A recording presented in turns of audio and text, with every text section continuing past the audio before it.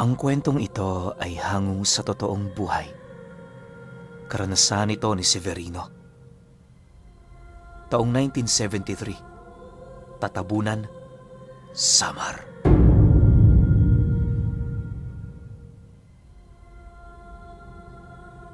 Limang taon na ang nakakaraan noong umalis si Severino sa lugar nila sa Tatabunan. Pumanhik siya noon ng Cavite para doon magtrabaho bilang katulong sa paggawa ng isang mataas na gusali. Bagaman naninibago sa lugar, pinilit niyang makisama sa abot ng kanyang makakaya. Sa isip-isip niya, hindi siya roon dumayo para gumawa ng kung ano-ano, bagkus ay para makalikom ng pera para maipadala sa naghihirap niyang pamilya. Magaling makisama itong si Severino. Bisaya man at pinagtatawanan ng iilan, nanatili siyang mapagpasensya at hindi pikon. Kapag may nang iinsulto sa kanya, tumatahimik na lang siya nang sa gayoy mabigyan yon ng pagkakataon para makapagsalita. Masipag din siyang tao, marespeto sa nakatataas sa kanya, at ni minsan hindi siya nagreklamo sa mga bagay na ginagawa niya. Dahil sa ganoon niyang pag-uugali, kung kaya't hindi naglaon, napansin siya ng pinakamataas na namamahala sa proyektong yon. Ilang buwan lang ang lumipas, naging kaibigan na siya nito, kaya na may mabilis ang kanyang naging pag-angat sa posisyon. Kung tutuusin, maaari niya na yung gamitin para magkaroon ng mataas na sweldo, pero hindi niya yon ginagawa. Ayon sa mga kasama niya sa kanilang tinutuluyan, na kung sila si Severino, hindi sila mag-aalangang gawin ng ganoong bagay. Dagdag pa ng mga ito na sa mga panahong yon, utakan na lamang ang basihan. Subalit sa kabila ng kanyang mga naririnig, pinilit niya pa ring maging kontento sa kung anong posisyong meron siya. Para sa kanya, labas sa kanilang trabaho ang pagiging magkaibigan nila. Ni minsan hindi niya rin yun gagamitin para makapanlamang sa mga taong nararapat talaga sa posisyong yon. Dahil sa ganoon niyang pag-uugali, maraming haka-haka ang pumaikot sa kanya. Yung iba sinasabing baliw siya, mangmang, walang kaalam-alam, at bugok sa mga pinaggagagawa niya. Gayunpaman, hindi niya yun pinansin, gawa ng alam ng mga katrabaho niyang malapit sa kanya kung sino talaga siya. Sa pagsapit ng taong ito, malapit nang matapos ang gusali. Ilang buwan na lang din ang bubunuin ni Severino para makauwi na sa kanilang lugar. Dahil dito, dahan-dahan na siyang nagpaalam sa kanyang mga kaibigan ukol sa kanyang pag-alis. Naniniwala kasi siya, hindi malabong yun na ang huli nilang pagkikita. Bukod kasi sa nakaipon na siya, wala na ring rason para bumalik sa ganoong trabaho. Pagtatapat pa ni Severino na matagal na siyang kontento sa bukid at napilitan lamang na lumuwas buhat sa pangangailangan ng kanyang pamilya. Nang mapag-alaman naman yon ng kaibigan niya na namamahala ng proyekto, ora mismo pinatawag siya sa opisina nito. Pagdating naman doon ni Severino, nadatnan niya yung umiinom na tila bang wala yung problema. Sa pagtitigan naman nilang dalawa, agad naman siya nitong pinalapit habang nagwiwika yon sa kanya ng, "Balita ko, alis ka na sa susunod na buwan. May bala ka pa bang bumalik, Severino? Kung meron, sabihin mo lang. Ako ang bahala. Hihintayin ka namin dito. Ayoko nang mawalan ng mapagkakatiwalaang tauhan." Nang marinig naman ni Severino ang sinabi nito, pakiramdam niya hindi siya maaaring tumanggi sa nais mangyari ng kaibigan niya. Maya-maya pa, mahinahong sumagot naman siya roon ng, "Pasensya na ho kayo, Manoy Kulas. Hindi na ho ko babalik. Ito na ang huli. Tsaka, meron ho kong inaalaga ang bukid sa Tatabunan. Panahon na siguro para makabawi naman ako roon. Mag-iingat ho kayo rito ha. Salamat sa lahat. Sa ilang taon kong pagtatrabaho sa inyo, Wala akong pinagsisihan. Dahil sa kanyang sinabi, agad namang napatayo ang lalaking yon habang dahan-dahang lumalapit sa kanya. Sa pagharap naman nilang dalawa, mariin naman itong inilahad na kung hindi na siya babalik pa, ihahatid siya nito patungo sa lugar niya. Dagdag pa nito na yun na lamang ang kanyang magagawa para naman kahit papaano maging masaya at memorable ang huli nilang pagsasama. Ayon pa dito na isasama rin niya ang mga kaibigan ni Severino nang sa gayoy makapagbakasyon din ang mga ito. Nang marinig naman ni Severino ang sinabi nito, ilang beses naman niyang tinanggihan ang nais nitong mangyari. Ngunit sa kabila ng lahat ng yon, hindi pa rin ito umubra, gawa ng yon ang kagustuhan ng taong namumuno sa kanila. Nang dumating sa puntong wala na siyang pagpipilian, seryoso naman niya yung tinitigan habang nagwiwika roon ng, Hindi niyo ho alam kung anong klase ng lugar ang pupuntahan ko. Pero sige ho, alang-alang sa pabor na gusto ninyo, pagbibigyan ko kayo. Yun nga lang, meron kayong mga bagay na dapat isaalang-alang. Bukas na lang ho tayo mag-usap, Manoy Kulas. Sa estado nyo ngayon, mahirap para sa inyo na maunawaan ang mga bagay-bagay. Nang marinig naman ito ang kanyang sinabi, hindi na rin yon nagpumilit pa. Bukod kasi sa lasing na ito, aminado rin yung hindi na nito kaya na makipag-usap sa kanya. Lumipas pa ang ilang minuto, pumasok na rin yon sa loob ng silid nito para magpahinga. Sa paglipas pa ng mga araw, hindi pa noon nakakapag-usap si Severino at si Manoy Kulas. Nagpatuloy ang ganoong pangyayari hanggang sa sumapit ang araw ng kanyang pag-alis. Labis naman niya yung ipinagpapasalamat kahit papaano, gawa ng ang buong akala niya nakalimutan na nito ang tungkol sa mga bagay na sinabi nito sa kanya. Subalit, nang magpapaalam na siya, bumungad yun sa kanyang meron ding daladalang gamit. Yung 4 din niyang kasamang malapit sa kanya, nagligpit na rin ang kanilang mga gamit dahil ayon sa mga ito, utos yun sa kanila ni Manoy Kulas. Matapos namang mapag-alaman ni Severino ang tungkol doon, hindi naman niya maiwasang mamroblema. Gayunpaman, wala na siyang nagawa kundi isama ang mga kaibigan niya. Sa kanilang paglalakbay, mariin niya doong inilahad ang mga bagay na dapat at hindi nila dapat gawin. Dagdag pa niya na ang pamamaraan nila ng pamumuhay sa lugar na yon ay ibang-iba kumpara sa kanilang pamumuhay sa syudad.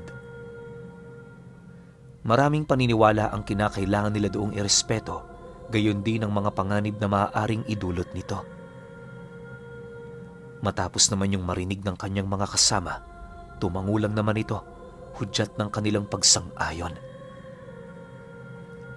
Sa kanilang pag-uusap, inilahad naman ni Severino ang tungkol sa iilang mga bagay na kinakailangan niyang iwasan sa oras na marating na nila ang lugar ng tatabunan. Pagtatapat pa ni Severino na sa kanilang baryo, merong paniniwala ukol sa nilalang na gumagala tuwing gabi. Pumapatayo ng dayo, gayon din ang mga taong nasa labas pa ng kanilang mga tahanan ng 10 oras. Dagdag pa nito na wala talagang nakakakilala kung sino ang nilalang na yon, sa kadahilanang kapag nasisipat ito, wala yung anyo ni kasarian. Purong kadiliman lamang ang makikita mo roon, kalakip ang isang patalim nitong hawak-hawak na siya namang pangunahing ginagamit nito sa kanyang mga biktima. Ayon pa sa mga saksi na napagtanungan niya, kumakain din ng karne ang nilalang na yon at meron itong wangis na napakalayo sa isang pangkaraniwang tao. Dagdag pa ng mga ito na bukod sa meron yung buntot, may napakahaba rin yung buhok na siya namang ginagamit nito para ibigte ang mga taong bigo niyang mapaslang gamit ang patalim.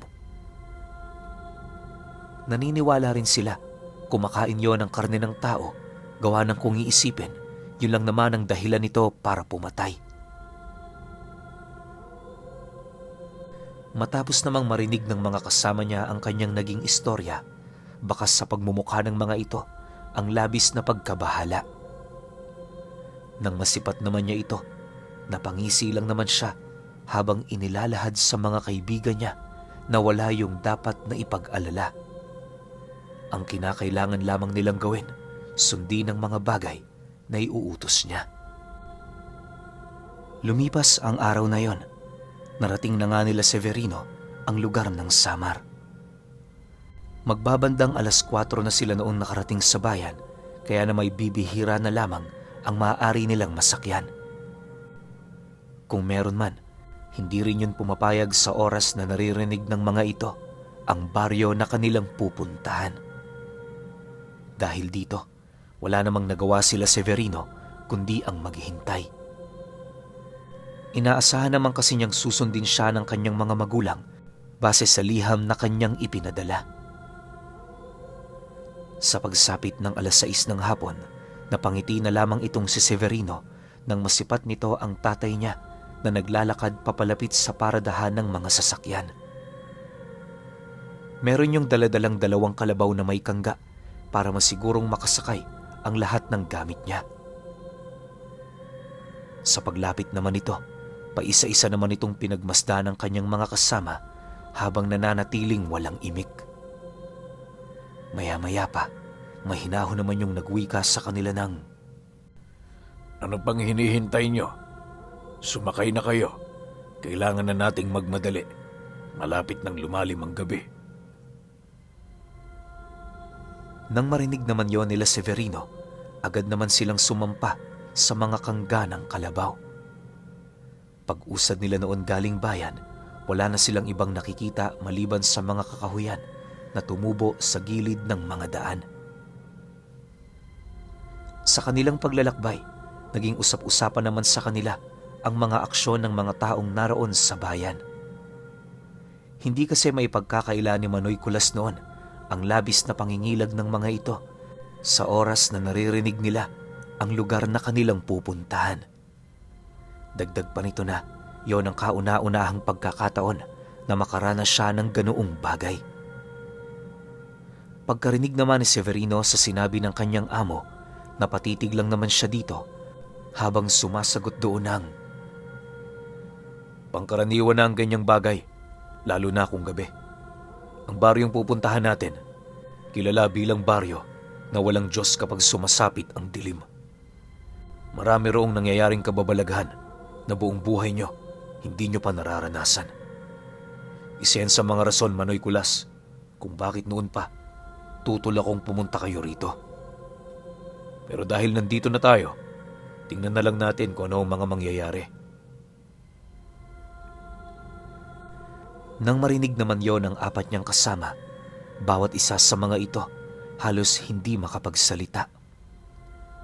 Aminado rin kasi ang mga kaibigan niyang yon, totoo ang mga nilalang na hindi nakikita.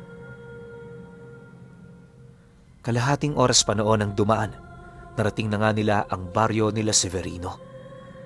Hindi pa man sila nakakapasok, ramdam na nila ang nakakapangilabot ng simoy ng hangin sa lugar na yon. Idagdag mo pa roon ang mga bahay na kanilang dinaraanan na halos walang sinde kahit isang gasera man lang. Alam nyo, hindi pa naman noon kalaliman ng gabi, kaya nakapagtataka talaga na ganoon ang estado sa lugar. Maya-maya pa, pagdating naman nila sa bahay ni Severino, doon bumungad sa kanila ang antigong bahay na merong 2 palapag. Kagaya ng karamihang bahay sa baryo, wala rin yung kahit isang gasera na nakasindi sa loob. Pagtatapat niya pa sa mga ito, na hindi talaga sila nagsisinde ng anumang gasera tuwing gabi. Isa kasi sa mga kinagagalitan ng mga nilalang na gumagambala roon, ang liwanag na nanggagaling sa apoy. Minsan na rin niyang nasaksihan kung papaano nilupig ng nilalang na yon ang isang bahay malapit sa kanila matapos nitong matuklasan na meron doong nakasinding gasera. Nang marinig naman yon ng mga kasama niya, hindi naman ito gaanong nakasagot buhat sa matinding takot. Si Manoy Kulas, hindi maipagkakailang sising-sisi sa kanyang ginawang pagsama. Pakiramdam kasi nito, buwis buhay ang ginawa nilang pagbakasyon sa lugar nila Severino.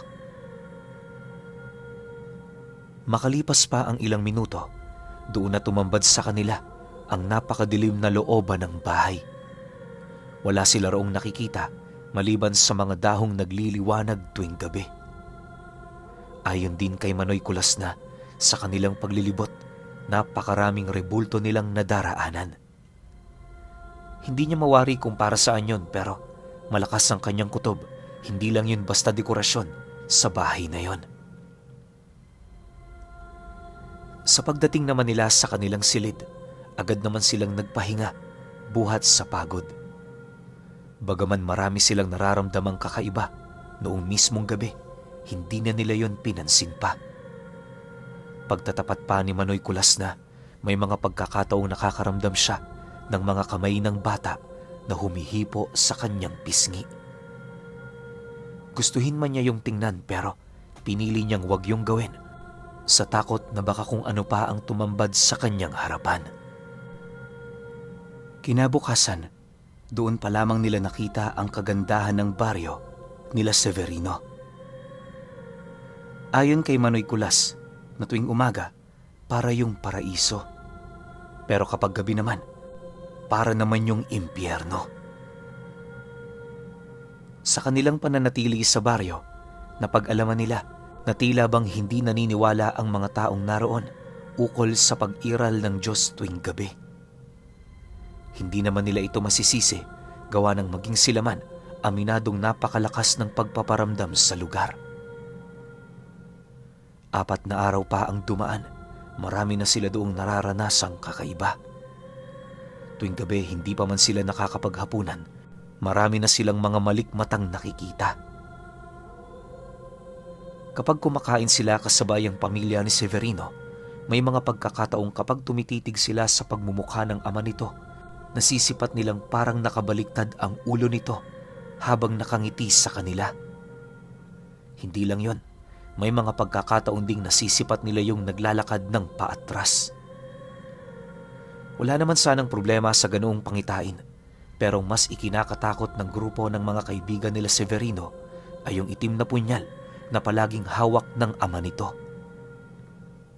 Mula noong sinundo sila nito sa bayan hanggang sa 4 na araw na ang dumaan, ni minsan hindi nila yon nakitang ibinaba ng kahit isang saglit ang punyal nitong tangan. Hindi lang yon, unti-unti na ring nagbago ang pakikitungo ni Severino sa kanila. Pakiramdam noon nila Manoy Kulas, matyaga na lamang yung naghihintay sa oras ng kanilang pag-alis. Pansin na pansin kasi nila na bukod sa hindi na yun nagiging masaya, parang palaging malayo ang wisyo nito tuwing nakikipag-usap. Dahil sa ganoong pangyayari, hindi na nagsayang pa ng oras sila Manoy Kulas para ipagtapat ang mga bagay na bumabagabag sa kanilang mga isipan. Sa pagsapit ng 5 araw, nagkaroon sila ng pagkakataon para kausapin si Severino. Isinama kasi nila ito sa bukid kung kaya't buong araw nakatuon ang kanilang mga wisyo sa pag-uusap at pagtatrabaho. Hindi naman pinansin nila Manoy Kulas ang pagod sa kadahilanang ang importante para sa kanila malaman ang katotohanan ukol sa mga kuro-kurong umiikot sa lugar na yon. Habang nasa kasagsagan sila noon ng pag-uusap, pakiramdam nila umiiwas itong si Severino ukol sa mga paksang merong kaugnayan sa nilalang na inilahad nito. Bagaman ganon ang mga nangyayari, nagpupumilit pa rin silang magtanong alang-alang sa kanilang nais malaman. Kinahapunan, nang hindi na maatim ni Severino ang sinasabi ng kanyang mga kaibigan, nagpasya yung dalhin sila sa isang kubo na nasa dulong parte ng palayan. Habang binabagtas nila ang daan, mariin naman sila nitong binalaan na anuman ang makikita nila sa lugar, dapat na wag na nila yung ikalat pa. Matapos naman yung mailahad sa kanila ni Severino, nanahimik na ito hanggang sa hindi naglaon narating na nga nila ang isang kubo.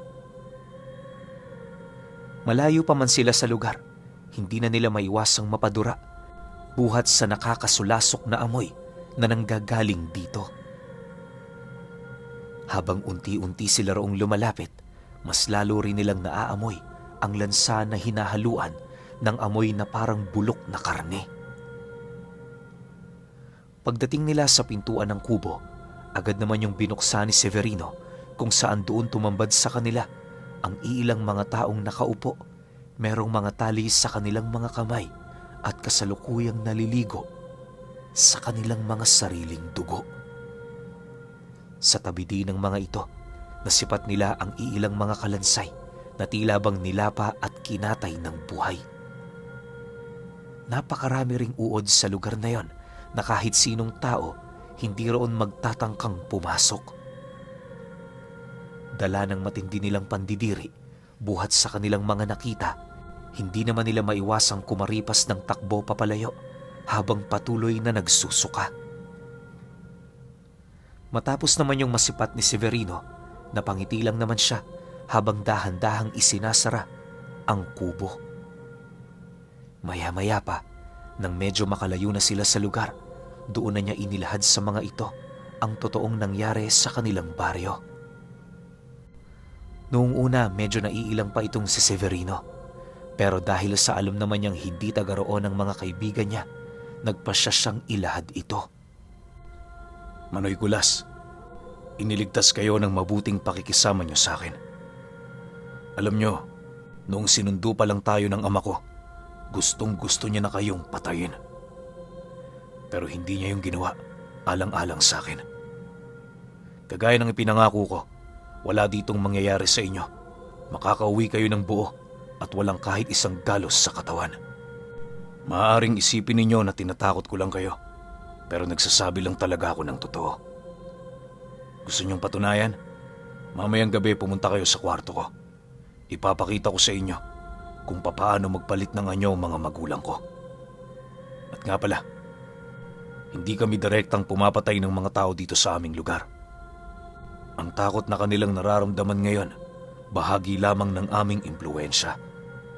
Kaya namin ginagawa yan para malaya kaming gawin ang anumang gusto namin.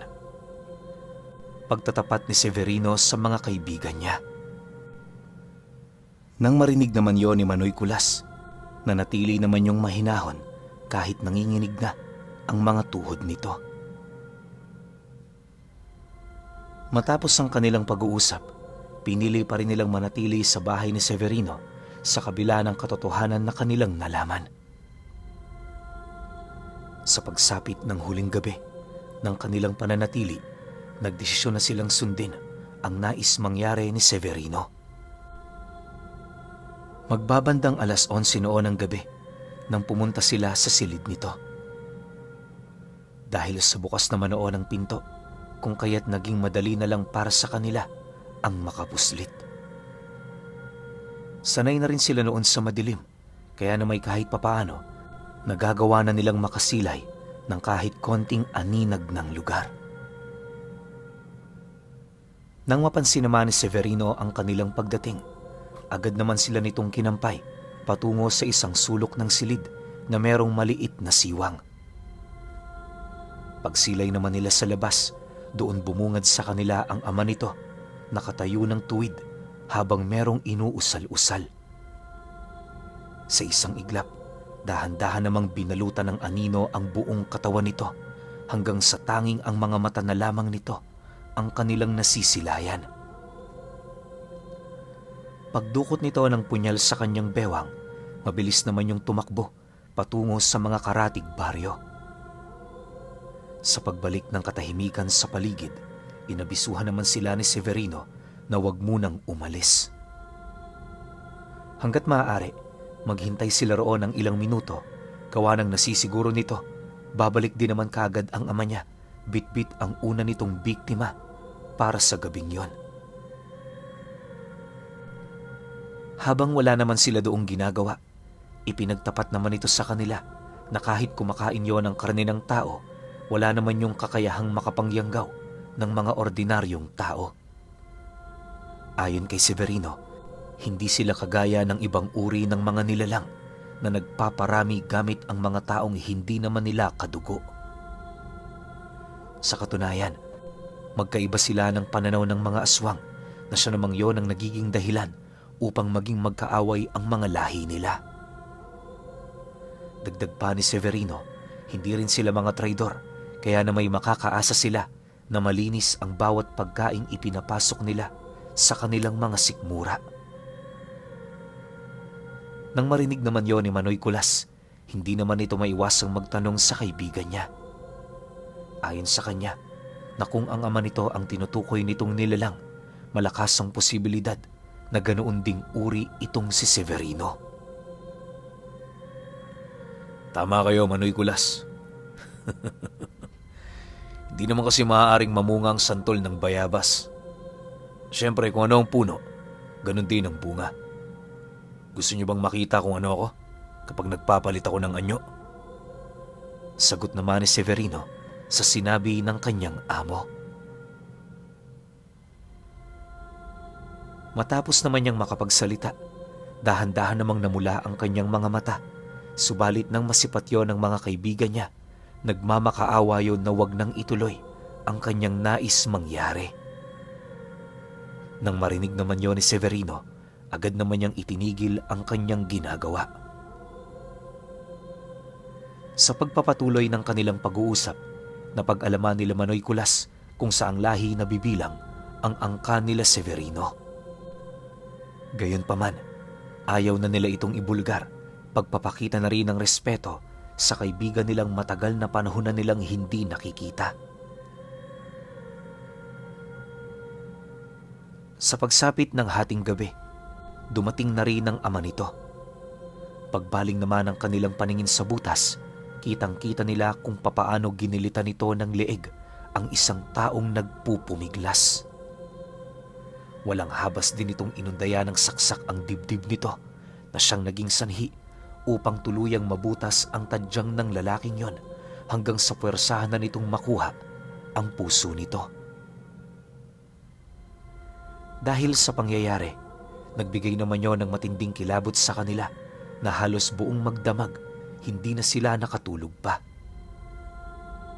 Kinabukasan, kahit papungas-pungas ang kanilang mga mata, nagdesisyon na silang umalis sa baryo at nangakong kailanman hindi na sila babalik doon. Magpahanggang sa ngayon, nanatili pa ring nagbibigay kilabot kay Manoy Kulas at sa kanyang mga kasama ang tungkol kay Severino at sa baryo ng Samar na walang Diyos.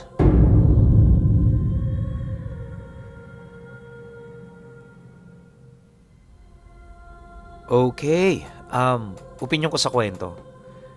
Take note lang. Noon-noon pa to nangyari, hindi siya ngayon. So kung may nabanggit man tayong baryo o lugar sa kwento na to na sinasabing, quote-quote, walang Diyos, noon pa siguro ganun yung kalakaran. Pero ngayon, hindi na ganun yan. Kahit ako, makikipagdebate ako kung ipaglalaban pa rin ng nagsendang kwento na to na hanggang ngayon, walang Diyos yung lugar na yon sa Samar. Para lang meron kayong kakampi. Baka kasi iniisip ninyo, porket sinend sa akin, sang-ayon na kaagad ako Hindi ganun yun. Hindi ganun yun umaandar. Masasabi ko rito kay Severino, kita nyo sa Maynila, binubuli-buli yung mga Bisaya. Di ba? Inaasar natin, karamihan, di ba? Di naman natin masisisi, lalo na yung mga baluktot yung dila. Pero hindi natin alam. Meron pala yan tinatago sa kaloob-looban nila. Isipin ninyo, kung gustong patayin ni Severino yung mga taong nanglalait o kung ano man yung ginagawa sa kanyang masakit sa puso, pwede niya nang tapusin yun. Pero ang ginawa ni Severino, anong ginawa niya? Nagpakumbaba siya. Di ba? So, mas matakot tayo sa mga taong mapagkumbaba kaysa dun sa mga pumapatol. Kasi hindi natin alam kung ano yung tinatago niyan sa kaloob-looban niyan. Pasalamat na lang yung mga nambuli kay Severino, hindi sila sumama kay Severino nung umuwi. Kasi malamang kung sumama sila, katay sila dun. Ang mautak rin tong amo ni Severino sinama niya lang yung mga kadikit lang din ni Severino, di ba? So ending, walang napahamak sa kanila. Napakaganda ng kwento, tsaka meron tayong nakilalang bagong lahi na pwedeng kalaban din ng mga aswang. Pero syempre, kayo pa rin. Kung may opinion kayo sa kwentong ito, comment nyo lang sa baba. Yun lang. Hanggang sa susunod na kwento. Salamat.